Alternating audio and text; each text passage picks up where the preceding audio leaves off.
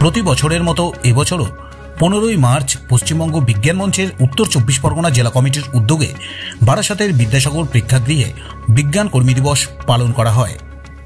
স্বর্গীয় পৃথা দাশগুপ্তের স্মরণে স্মারক বক্তৃতা ও বিজ্ঞান অভিক্ষার পুরস্কার প্রদানের মাধ্যমে পূর্ণ মর্যাদায় বিজ্ঞান কর্মী দিবস উদযাপন করলেন বিজ্ঞান মঞ্চের সকল স্তরের কর্মীরা।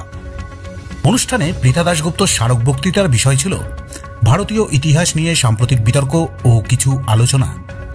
এই স্মারক বক্তৃতায় প্রধান আলোচক হিসেবে উপস্থিত ছিলেন যাদবপুর বিশ্ববিদ্যালয়ের কেমিক্যাল ইঞ্জিনিয়ারিং বিভাগের প্রাক্তন অধ্যাপিকা শ্রীমতী মধুশ্রী বন্দ্যোপাধ্যায়। বিজ্ঞান এখন হয়েছে তার একটা শব্দ তোমরা জানো, ডিএনএ, আর বিজ্ঞানটার নাম জেনোমিক্স। সেই জেনোমিক্স নিয়েই আমি কথা বলবো। আমি ইতিহাসের না, আমি আসলে বিজ্ঞানেরই ছাত্রী ছিলাম। মানুষ যদি তার হাত বেশি না দেয়, তার জিনকে বিশ্লেষণ করে দিয়েছে। কেন তিনি অত্যন্ত গুরুত্বপূর্ণ সেটা আমি পরে বলব। লিপি যখন হলো, তোমরা হয়তো অশোকের কথা পড়েছ। অশোকের লিপি হলো আমাদের দেশের প্রথম আমরা পড়তে পেরেছি এমন লিপি। তিনি আশ্চর্য এক রাজা ছিলেন, সেটা বোঝা যাবে, বিশ্লেষণ করে বোঝা যাবে মানুষটি পুরুষ ছিল না স্ত্রী ছিল, তার চোখের রংটা কিরকম ছিল, তার গায়ের রংটা কেমন ছিল, তার চুলের রং, তার বয়স কেমন ছিল, সে কোন অঞ্চল থেকে এসেছে, এই সমস্ত কিছু বোঝা যাচ্ছে বিজ্ঞান দিয়ে। আর সেটা ইতিহাস লিখতে আজকে সাহায্য করছে ইতিহাসবিদদের।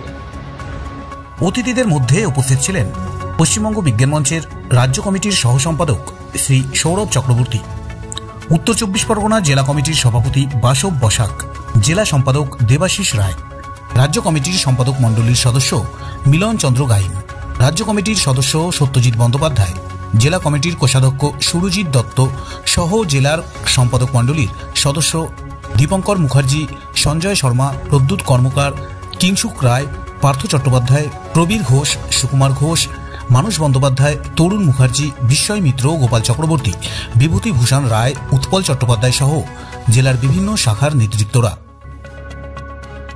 এই অনুষ্ঠানে 2023 সালের বিজ্ঞান অভিক্ষা পরীক্ষায় জেলার মধ্যে উত্তীর্ণ 78 জন কৃতী ছাত্রছাত্রীকে পুরস্কার প্রদান করা হয়।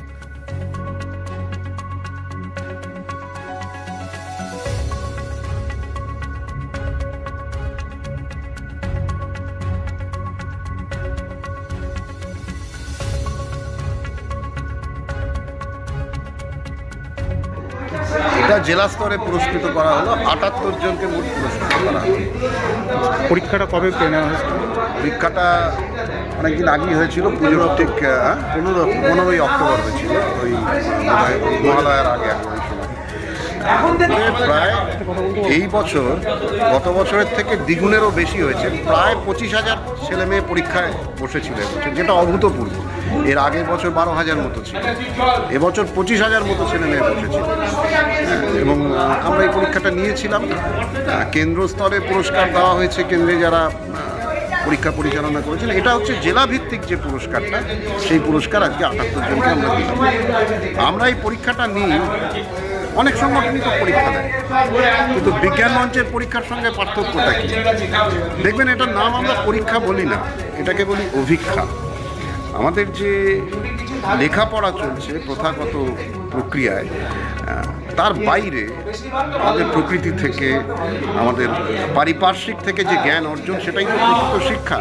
এবং সেটার একটা টেস্ট করা, যাতে সমাজের সঙ্গে সম্পৃক্ত থেকে ছাত্রছাত্রীরা চলতে পারে, সেই কারণে আমরা এই অভিজ্ঞতাটা নিই। এবং এটা দিনের দিন জনপ্রিয় হয়ে উঠছে, ভীষণ জনপ্রিয় হয়ে উঠছে।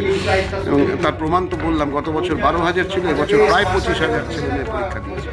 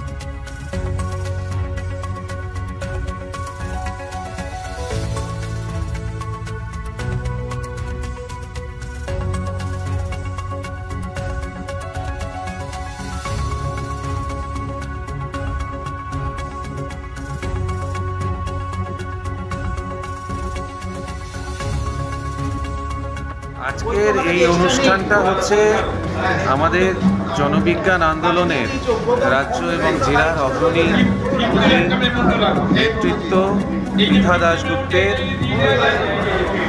23তম মৃত্যুদিন।